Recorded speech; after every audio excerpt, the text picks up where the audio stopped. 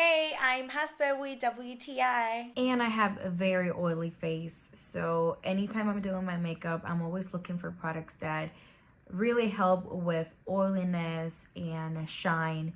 And that's why I chose this NYX Shine Killer Primer.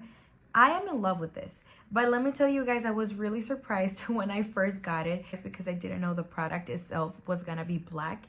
And I didn't know it was gonna blend. But once I applied it onto my face and I started spreading it all over, wow, it just blended out beautifully. And it really helped with my oiliness right away. So that's why I highly recommend this primer, especially if you have oily face just like me. I really have oil all over my skin, especially on my face, and whenever I'm doing my makeup, I don't want to get a dewy look. I especially like matte looks, and having this primer preps my skin for me to get the look that I want. It helps me get rid of shine on my T-zone especially, and I really appreciate it because of that. And that is my point of view.